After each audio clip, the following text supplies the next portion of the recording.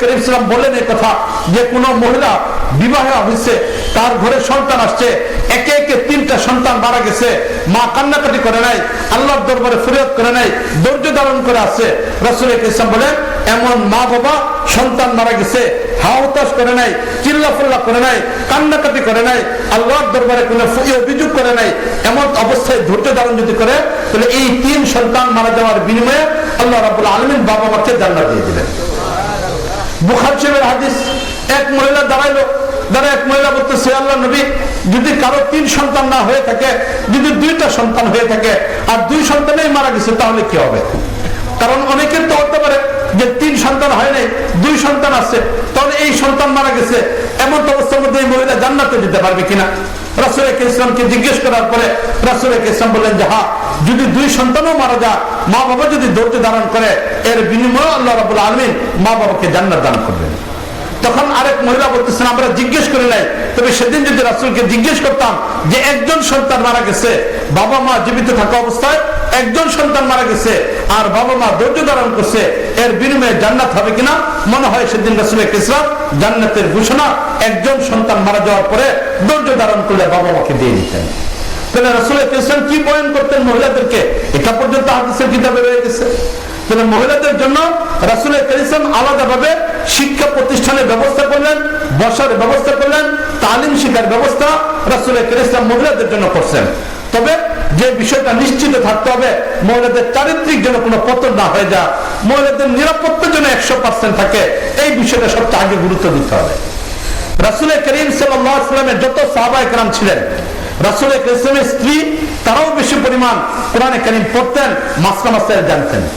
এমনকি সাহাবায়ে কেরাম, উলামায়ে কেরাম বলেন, সাহাবায়ে কেরাম পুরুষরা যে পরিমাণ ইলম অর্জন করছে, এর চেয়ে বেশি পরিমাণ অথবা সম পর্যায়ে ইলম রাসূল ইসলামের স্ত্রীরা অর্জন করছেন।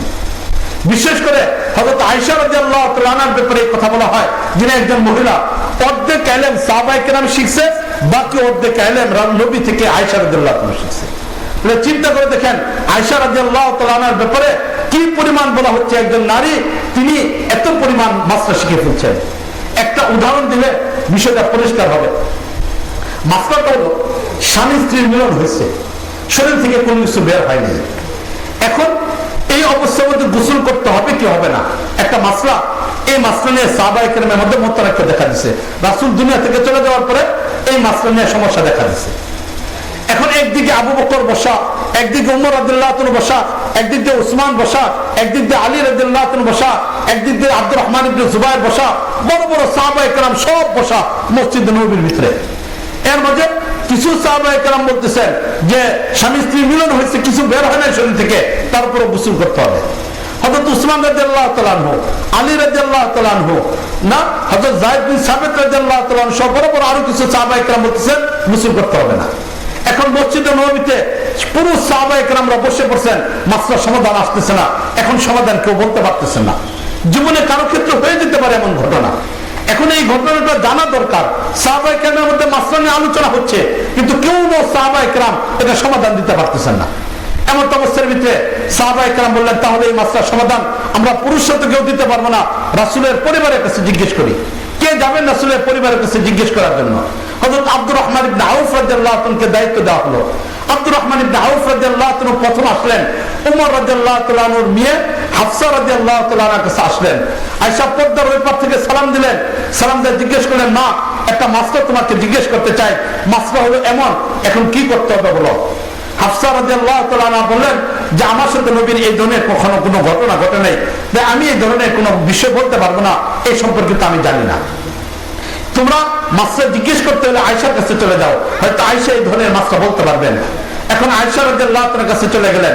আয়েশা রাদিয়াল্লাহু তাআলার বয়স ছিল মাত্র 18 বছর, নবীর ঘরে আসছেন 9 বছর বয়সে, রাসূলের সাথে ছিলেন 9 বছর। এরপরে যখন ইন্তেকাল করলেন রাসূল করিম সাল্লাল্লাহু আলাইহি ওয়াসাল্লাম, তখন আয়েশা রাদিয়াল্লাহু তাআলার বয়স হলো 18 বছর। 18 বছর বয়সে বিধবা হয়ে গেছেন আয়েশা রাদিয়াল্লাহু তাআলা। তাহলে এই আয়েশা রাদিয়াল্লাহু তাআলাকে মাসলা জিজ্ঞেস করলেন। আব্দুর রহমান ইবনে আউফ রাদিয়াল্লাহু তাআলা পর্দার ওই পার থেকে সালাম দিলেন, সালাম দিয়ে বললেন, উম্মুল মুমিনিন, হে মুসলমানদের মা, আমি আপনার কাছে একটা মাসলা জিজ্ঞেস করার জন্য আসছি। তো বলছে, বলো জিজ্ঞেস করো, কি মাসলা জিজ্ঞেস করতে চাও? তো বলতেছে যে লজ্জা লাগতেছে মাসলাটা জিজ্ঞেস করতে। তখন বলতেছে যে তুমি তোমার মার কাছে যে মাসলাটা জিজ্ঞেস করতে লজ্জা বোধ করো না, আমার কাছে জিজ্ঞেস করতে লজ্জা করো না, বলো মাসলাটা কি। তখন এই মাসলাটা জিজ্ঞেস করার পর এখন আয়েশা রাদিয়াল্লাহু তাআলা আনহা উত্তর দিতেছেন, নবীর সাথে আমার এই ধরনের 2-3 বার হয়েছে, নবীও গোসল করছেন, আমিও গোসল করছি। সুতরাং এর দ্বারা প্রমাণিত হলো এই ধরনের কোন কাজ হয়ে গেলে গোসল করতে হবে, এটা প্রমাণিত হয়ে গেল। এখানে সব সাহাবায়ে কেরাম উপস্থিত, পুরুষ সাহাবায়ে কেরাম উপস্থিত, মাসলা সমাধান দিতে পারতেছে না, সমাধান দিতেছেন একজন নারী, সমাধান দিচ্ছেন একজন নারী। তাহলে মহিলাদের ধর্মীয় শিক্ষা যদি না থাকে, মহিলারা যদি ধর্মীয় দিক থেকে শিক্ষিত না হয়, তাহলে কি করে তাহলে এই জীবনযাপনের মাসলাগুলো জানবে? এখানে আয়েশা রাদিয়াল্লাহু তাআলা মাসলা বলতেছেন, আর অনেক জটিল মাসলা আছে, অনেক জটিল মাসলা আছে। সাহাবায়ে কেরাম আটকে গেছেন, পুরুষ সাহাবায়ে কেরাম মাসলাটা পারতেছে না, চলে আসছেন আয়েশা রাদিয়াল্লাহু তাআলার কাছে। এবং আশ্চর্য একটা বস্তু, এই উম্মতের সবচেয়ে বড় একটা আশ্চর্য বস্তু, নবীর উপর তো কোরআনে কারীম নাযিল হয়েছে, নবী তো কোরআনে কারীমের হাফেজ ছিলেন, তবে কোরআনে কারীমের হাফেজ এই উম্মতের ভিতরে প্রথম কোন পুরুষ হতে পারে নাই, সর্বপ্রথম একজন নারী কোরআনে কারীমের হাফেজ হয়েছে, তিনি হলেন আয়েশা রাদিয়াল্লাহু তাআলা। তাহলে এই উম্মতের হাফেজা হচ্ছে সর্বপ্রথম একজন নারী। এটা আবু বকর রাদিয়াল্লাহু তাআলা হতে পারেন নাই পুরুষ, ওমর রাদিয়াল্লাহু তাআলা হতে পারেন নাই, উসমান রাদিয়াল্লাহু তাআলা হতে পারেন নাই, কোন পুরুষ সাহাবায়ে কেরাম প্রথম কোরআন কারীমের হাফেজ হতে পারেন নাই। নবীর পরে সবচেয়ে প্রথম এই উম্মতের ভিতরে যিনি কোরআন কারীমের হাফেজ হয়েছেন, তিনি হলেন নারী আয়েশা রাদিয়াল্লাহু তাআলা। তাহলে এখন চিন্তা করে দেখেন, ইসলাম নারী শিক্ষার ব্যাপারে কতটুকু গুরুত্ব দিচ্ছে, নারী শিক্ষার ব্যাপারে কতটুকু গুরুত্ব দিচ্ছে ইসলাম। আজকে আমরা বলি যে ইসলাম নারীদেরকে ঘরের মধ্যে রেখে দিতে চায়, ইসলাম নারীদেরকে এই কাজ করতে চায়, এই কাজ করতে চায়। এটা একটা ভুল, মিথ্যা একটা অপবাদ, এটা সম্পূর্ণ মিথ্যা একটা অপবাদ। রাসূল করিম সাল্লাল্লাহু আলাইহি ওয়াসাল্লামের অধিকাংশ হাদিস, বিশেষ করে পারিবারিক হাদিস যা বর্ণিত আছে, সব কিছু মহিলাদের মাধ্যমে বর্ণিত হয়েছে। তাহলে মহিলাদের মাধ্যমে হাদিস বর্ণনা হয়েছে, হাদিস তো মহিলাদের সম্পর্কিত হাদিস চলে আসছে। আজকে যদি ওনারা হাদিস না জানতেন, যদি রাসূল তাদের ধর্মীয় শিক্ষার ব্যবস্থা না করতেন, তাহলে হাদিসগুলো আমরা পাইতাম কোথায়? আয়েশা রাদিয়াল্লাহু তাআলা আনহা থেকে প্রায় 350 উপর হাদিস বর্ণিত আছে, 375টা হাদিস আয়েশা রাদিয়াল্লাহু তাআলা থেকে বর্ণিত আছে। এরপরে উম্মে সালমা রাদিয়াল্লাহু তাআলা আনহার কাছ থেকে প্রায় 200 মতো হাদিস বর্ণিত আছে। হযরত আরো রাসূলের পরিবারের মহিলাদের কাছ থেকে অনেক হাদিসগুলো বর্ণিত আছে। এই জন্য মহিলাদের শিক্ষা, এটার ব্যবস্থা রাখা দরকার। বাদ বাকি শিক্ষার ক্ষেত্রে মহিলাদের অবশ্যই নিরাপত্তার বিষয়টা দেখতে হবে, স্বাস্থ্যগত বিষয়টাকে লক্ষ্য রাখতে হবে, পরিবেশগত বিষয়টাকে লক্ষ্য রাখতে হবে। কারণ এই মেয়েটাই কয়েকদিন পরে সে স্বামীর ঘরে যাবে। এখন থেকে যদি উন্নত পরিবেশের মধ্যে সে না থাকে, তাহলে নোংরা পরিবেশের মধ্যে যদি সে থাকে, নোংরামি একটা চিন্তা চেতনা তার ভিতরে চলে আসবে, তখন তার দ্বারা সন্তান ভালো কিছু অর্জন করতে পারবে না। এই জন্য প্রতিষ্ঠান হইতে হবে, মানসম্মত প্রতিষ্ঠান করতে হবে।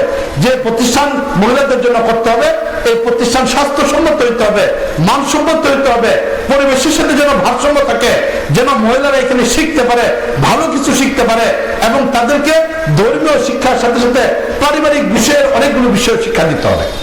আলাদাভাবে তাদের জন্য আলাদাভাবে শিক্ষার ব্যবস্থা করতে হবে, মাঝে মাঝে বয়ানের ব্যবস্থা করতে হবে, যাতে করে তাদের চিন্তা চেতনা তৈরি হয়।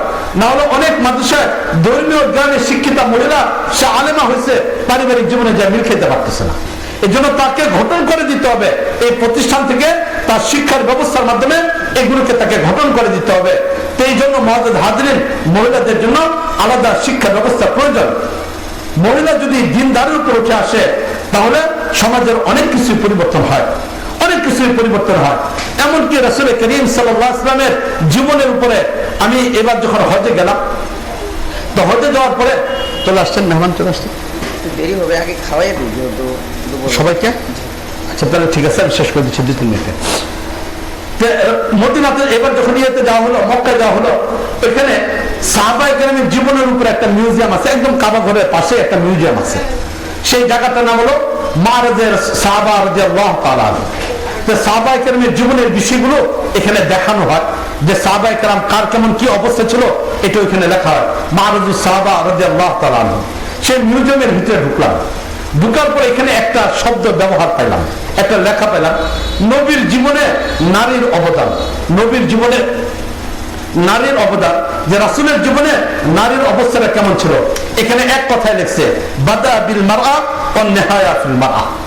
নবীর জীবনে নারীর অবদানের ব্যাপারে শুধু দুইটা বাক্য লেখা আছে, বাদা বিল মারআ নেহায়া বিল মারআ। নবীর জীবনের সূচনা হয়েছে নারীর দ্বারা, নবীর জীবনের শেষ হয়েছে নারীর দ্বারা। তাহলে নবীর জীবনের 23 বছরে নারীর অবদান কি পরিমাণ হয়ে গেছে। বাদা বিল মারআ, নারীর দ্বারা শুরু হয়েছে। এর অর্থ কি, হেরা গুহা থেকে রাসূল ইসলাম যখন ওহী পায়ে আসলেন, আসার পরে আসা রাসূল ভয় পেয়ে গেছেন, রাসূলের শরীর কাঁপা আরম্ভ করছে। রাসূল বলা আরম্ভ করলেন, ইন্নী খাশিতু আলা নাফসি, আমি আমার মৃত্যুর উপর আশঙ্কা করতেছি। কে পাশে এসে দাঁড়ালেন? একজন নারী, খাদিজা রাদিয়াল্লাহু তাআলা আনহা পাশে এসে দাঁড়ালেন, রাসূলকে সান্ত্বনা দিলেন। তাহলে বাদা বিল মারআ, নবীর জীবনের নবুয়তের সূচনা হলো নারীর মাধ্যমে।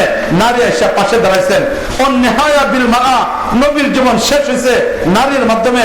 নবী যেদিন দুনিয়া থেকে বিদায় হয়ে যাচ্ছেন, 12 রবিউল আউয়াল সোমবার দিন সকালবেলা রাসূল করিম সাল্লাল্লাহু আলাইহি ওয়াসাল্লাম ফজরের নামাজ মসজিদে পড়তে পারেন নাই। ফজরের নামাজের সময় মসজিদের সামনে শুধু একটু গেছেন, পর্দাটাকে সরাই দেখছেন, সাহাবায়ে কেরাম নামাজ পড়ছেন, পর্দা ফেলে দিয়েছেন, ঘরের মধ্যে চলে আসছেন। সাহাবায়ে কেরাম নামাজের পরে সাক্ষাৎ করে এক একজন চলে গেলেন। রাসূল করিম সাল্লাল্লাহু আলাইহি ওয়াসাল্লাম 8টা, 8:30 পর্যন্ত বিশ্রাম। এমন অবস্থায় অসুস্থতা বেড়ে গেল। রাসূল করিম সাল্লাল্লাহু আলাইহি ওয়াসাল্লাম অসুস্থতা বাড়া যাওয়া অবস্থায় পরিবারের মানুষদেরকে ডাকলেন। বাকি 8 জন, আয়েশা রাদিয়াল্লাহু আনহাকে বাদ দিয়ে বাকি 8 জন স্ত্রীকে ডাকলেন, তাদের সাথে কথাবার্তা বললেন। এরপরে ফাতেমা রাদিয়াল্লাহু আনহাকে ডাকলেন, হাসান হোসেনকে ডাকলেন, আলী রাদিয়াল্লাহু আনহুকে ডাকলেন। বড় বড় সাহাবায়ে কেরামকে ডেকে প্রয়োজনীয় কথাবার্তা শেষ করলেন। অসুস্থতা বাড়তেছে, ঘরে আর কেউ নেই, শেষ সময় চলতেছে। আয়েশা রাদিয়াল্লাহু তাআলা আনহা রাসূলের মাথাটাকে বুকের সাথে মিশিয়ে বসে আছেন। এমন অবস্থায় দুনিয়া থেকে চলে গেছেন নবী। তাহলে নেহায়া বিল মারআ শেষ হচ্ছে কিসের মাধ্যমে? নারীর মাধ্যমে। তাহলে নবুয়তের জিন্দেগি নারীর দ্বারা সূচনা হয়েছে, শেষও হয়েছে নারীর মাধ্যমে। এই জন্য নারী শিক্ষা অত্যন্ত জরুরি। এই জন্য যে মাদ্রাসা এখানে হয়েছে, আলহামদুলিল্লাহ, এটাকে কিভাবে সুন্দর একটা প্রতিষ্ঠান করা যায় সার্বিকভাবে সবাই চেষ্টা করবেন। আল্লাহ রাব্বুল আলামিন তৌফিক দান করুন। দ্বিতীয় বিষয়, যে মেহমান আসছে